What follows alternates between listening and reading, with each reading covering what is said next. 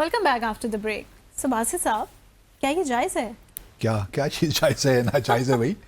کھل کے بتائیے نا. یہ جو بھارت کو بڑی پریشانی لاحق ہو چکی ہے بنگلہ دیش اور پاکستان کی قربتوں سے ان کے بڑھتے ہوئے تعلقات کو لے کر, کیا یہ جائز ہے؟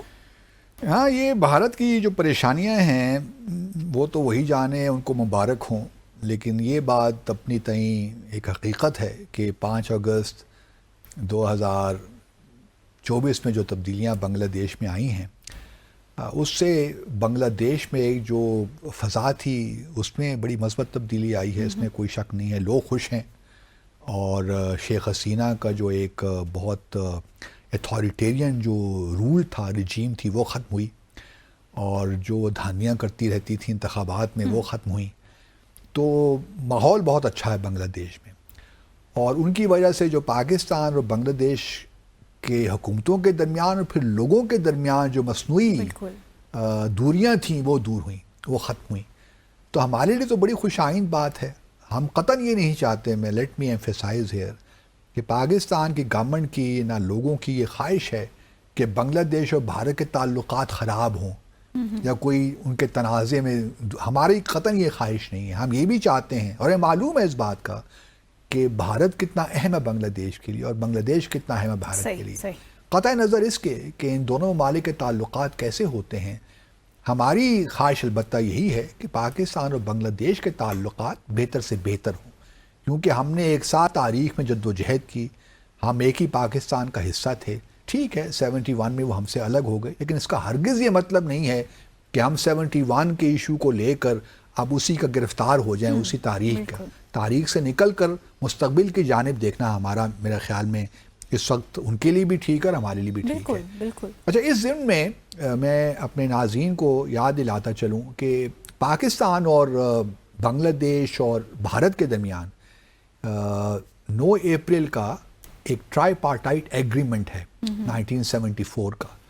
اس میں یہ بڑے واضح طور پہ لکھا ہوا ہے کہ جی تینوں ممالک فرگیٹ اینڈ فرگیو کر کے آگے چلیں, کیونکہ اس وقت کی حکومت جو تھی شیخ مجیب الرحمان کی, وہ بڑا زور دے رہے تھے, خاص طور پہ ان کی 75 میں تو ان کو ہلاک کر دیا گیا, لیکن کہ جی پاکستان فارملی اپولوجائز کرے, یہ کرے وہ کرے, لیکن وہ جو ایگریمنٹ تھا اس سے کچھ چیزیں ٹھیک ہو گئیں.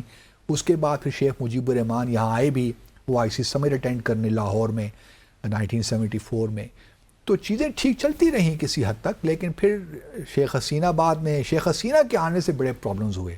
خالدہ ضیاء کے زمانے میں کتنے ایشوز نہیں تھے, یا اس سے پہلے ضیاء الرحمان بھی تھے یا ارشاد تھے, ان کے زمانے میں بھی کتنے بڑے ایشوز نہیں تھے. اصل معاملہ 2008-9 میں خاص طور پہ جب شیخ حسینہ, اس سے پہلے بھی ایک دفعہ آئی تھیں لیکن اس دفعہ جب آئیں تو اس سے پرابلمز بہت زیادہ ہوئے کریٹ.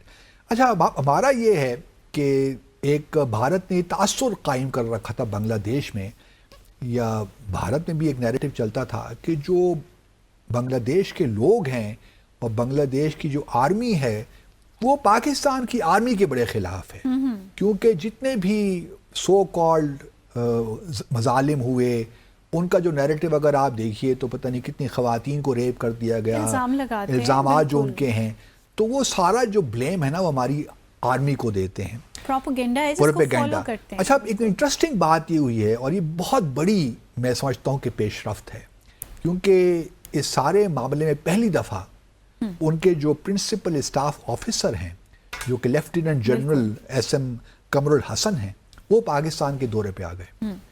اس سے دیکھیے ایک بات, بڑا میسج ہمیں بنگلہ دیش سے ملتا ہے کہ جی بنگلہ دیش کی آرمی اب تمام 1971 کی, آپ کا قصور ہو, مکتی بہانیوں کا ہو, جو بھی ہو, ہم اس ماضی میں نہیں رہنا چاہتے, ہم آگے بڑھنا چاہتے ہیں.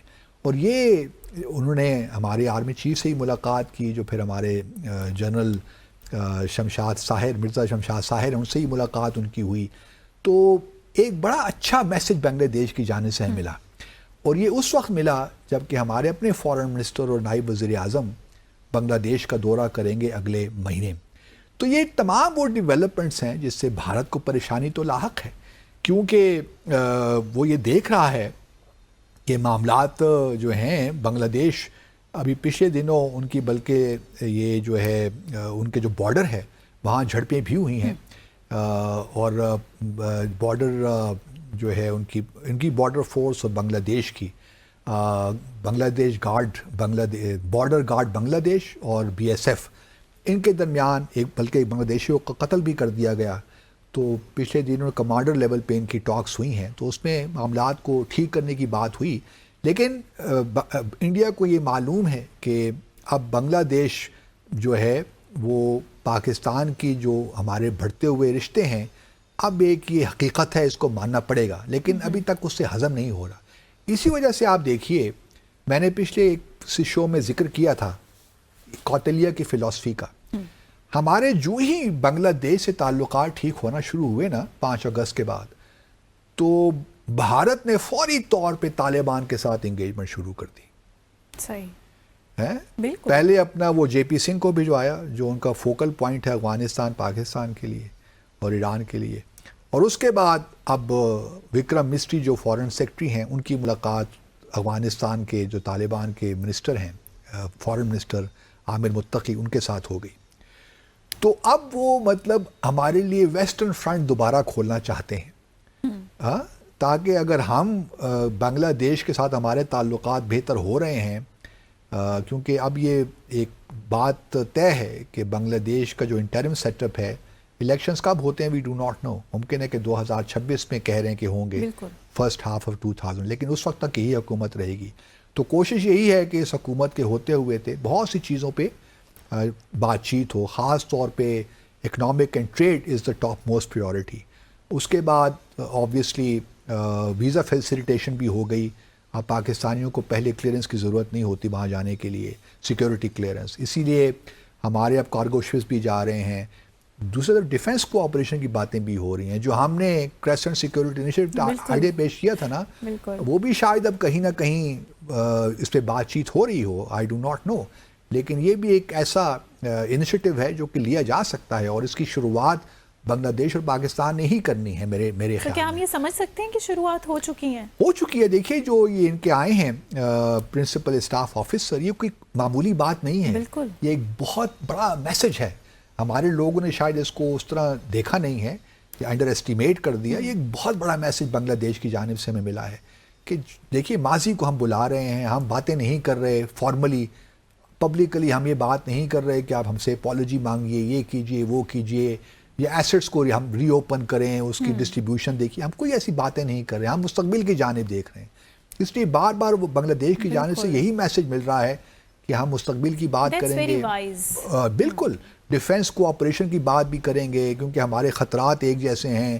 ہم سیکیورٹی, آپ ہمیں ایک ٹریننگ کی بات بھی کریں گے, آپ ہم سے فائدہ اٹھائیے, ہم آپ سے فائدہ اٹھائیں گے, میوچولی بینیفیشل ریلیشن شپ کی ہم بات کریں گے. تو یہ بہت مجھے امید ہے کہ اب ہم اس مومنٹم کو سسٹین کر پائیں گے. That should be important. یہ نہ ہو کہ ہم اپنی جو ہے انسٹیٹیوشنل نااہلیوں کی وجہ سے اس مومنٹم کو کہیں توڑ دیں. لیکن مجھے لگتا ہے کہ ہمارے ہاں جو ادارے ہیں, جو حکومت ہے, اس کو اس بات کا احساس ہے کہ ایک بہت اہم ہماری فارن پالیسی کا کمپوننٹ ہے اور آبجیکٹو ہے کہ ہم بنگلہ دیش کے ساتھ اپنے روایتی جو ہمارے ایک تعلقات ہونے چاہیے ان کو ہم بحال کریں. تو اس موقع کو ضائع نہیں کرنا ہم نے. تو باسی صاحب, دوسری جانب جو آپ نے یہ بھارت کی بات کی ہے کہ وہ افغانستان کو انگیج کرنا چاہ رہا ہے, بیسیکلی تو ہمیں تھریٹننگ میسیجز دے رہا ہے. So how we are going to counter this threat? اس کا ایک انشاءاللہ کل گفتگو کرتے ہیں افغانستان, کیونکہ ہم پہلے ہی بہت دفعہ بات کر چکے ہیں کہ ہماری افغانستان پالیسیاں بہت سے لوپ ہولز ہیں جن کو پلگ کرنے کی ضرورت ہے. ہم وہ نہیں کر پا رہے, اور اس کی بہت سی وجوہات ہیں جو ہم پہلے کئی بار ڈسکس کر چکے ہیں. لیکن یہ ہمیں یاد رہنا چاہیے کہ اس کے باوجود اگر ان کے طالبان کے ساتھ تعلقات ہوتے نہیں ہوتے, یہ بات ہمیں یاد رہے کہ چاہے وہ بلوچستان لبریشن آرمی ہو, چاہے بلوچستان ریپبلکن آرمی ہو, چاہے وہ TTP ہو, فنڈنگ ان کی سب بھارت سے ہوتی ہے. اور وہ مختلف ذرائع استعمال کرتے ہیں, اور کہیں ہمارے 2 ممالک کی بھی سہولتیں ان کو مل جاتی ہیں کہیں نہ کہیں. دیکھیے نا, کمانڈر کلبھوشن جادیو چابہار میں ہی آپریٹ کر رہا تھا نا 2023 سے, کوئی نئی بات بھی نہیں تھی, اور وہیں سے کئی بار وہ پاکستان آتا جاتا رہا. تو شکر ہوا کہ مارچ 2016 کو ہم نے اس کو گرفتار کر لیا, کلبھوشن جادیو کو. تو یہ ابھی بھی جاری ہے, کیونکہ پھر گلوبل ڈائنامکس اگر دیکھیے تو یہاں پہ امریکہ اور بھارت کے انٹرسٹ کنورج کرتے ہیں. صحیح. امریکہ بھی نہیں چاہتا کہ سی پیک آگے بڑھے, گوادر پورٹ اس طرح ڈیولپ ہو. بھارت کو بھی خطرہ لاحق رہتا ہے چین سے کہ کہیں وہ اپنے نیول بیسز یہاں نہ بنا دے گوادر میں, انڈین اوشن میں جو ہے ان کے لیے پرابلمس کریٹ کر سکتے. لیکن چین کو اب کوئی روک نہیں سکتا. چین نے اب اس قدر اپنے ایک رائزنگ پاور ہے. ٹھیک ہے, مشکلات چین کی بھی اس وقت ہیں, اکنامکلی اس طرح گروتھ نہیں ہو رہی, یا ابھی ٹیکنالوجیکلی اتنا آگے ایڈوانس ہو تو بہت گیا ہے, لیکن ابھی کیچ اپ کرنا امریکہ کے ساتھ بھی ٹائم لگے گا. لیکن پھر بھی پچھلے دنوں میں دیکھ رہا تھا جو نئے نامینی ہیں ڈیفنس سیکرٹری ہیکسیتھ, ان کی جو ہے پروسیڈنگز ہو رہی تھیں سینٹ میں. تو ایک سینیٹر یہ کہہ رہے تھے, ریپبلکن سینیٹر, کہ بائیڈن نے تو توجہ ہی نہیں دی اپنی یو ایس نیوی کو اسٹرینتھن کرنے کی. چین نے پچھلے 2-3 سالوں میں 300 وارشپس بنا لیں, کتنی سب مرینز بنا لیں, اس کی بلو واٹر نیوی کہاں سے کہاں پھیل رہی ہے, اور ہم لوگ سکڑ رہے ہیں. تو کیا آپ مزید وارشپس بنائیں گے تاکہ جو چائنا کا حملہ اس کو آپ کاؤنٹر کر سکیں؟ تو اس قسم کی باتیں ہو رہی ہیں. تو چین کا رائز تو دیکھیے ہونا ہے, ہو رہا ہے صحیح. لیکن امریکہ اس کو کس طرح کاؤنٹر کرتا ہے. آپ ٹرمپ آتے ہیں, کیا حالات ہوتے ہیں. پھر یہ بھی دیکھنا ہے کہ بھارت کو یہ بھی خطرہ لگا رہتا ہے نا پاکستان اور بنگلہ دیش سے, کہ کہیں یہ ایسٹرن جو 7 سسٹر اسٹیٹس ہیں نارتھ ایسٹ میں, کہیں وہاں پہ جو ہے مسائل کریٹ نہ کریں. امریکہ سے بھی ان کو کچھ اپریہنشنز ہیں کہ امریکہ کوئی عیسائی ریاست یہاں بنانا چاہتا ہے, مانی پور ہو گیا یا ناگا لینڈ ہو گیا جہاں پہ عیسائیوں کی تعداد زیادہ ہے. تو ایک اسٹیٹ یہاں اس طرح دیکھیے نا, ایسٹ ٹیمور میں انہوں نے عیسائیوں انڈونیشیا سے لے کر بنا دی, سوڈان میں ساؤتھ سوڈان بنا دیا, عیسائیوں کی اسٹیٹ بنا دی. تو ہم تو بڑے اچھی پروپوزل ہے کہ ایک عیسائیوں کی اسٹیٹ بن جائے نارتھ ایسٹ میں. اچھا پروپوزل کس کے لیے ہے؟ مطلب یہ ہے کہ دنیا کے لیے اچھی ہے, اور امریکہ اور یو کے بھی ان کو بھی خوش ہونا چاہیے, بھارت کے لیے, بھارت کو بھی خوش ہونا چاہیے کہ چلیے کچھ علاقہ تھوڑا کم ہو جائے گا, پرابلمس کم ہو جائیں گے ان کے. یار لیکن still world is full of challenges. وہ تو ہے, فل آف چیلنجز. تو انہی چیلنجز کے ساتھ ہی آج کے پروگرام کا وقت بھی جو ہے وہ چیلنج ہی ہوا جاتا ہے, ختم ہوا چاہتے ہیں. آپ سے ملاقات ہوگی انشاءاللہ کل مزید دلچسپ موضوعات کے ساتھ. دیکھتے رہیے ڈیسائفر ود عبد الباسط.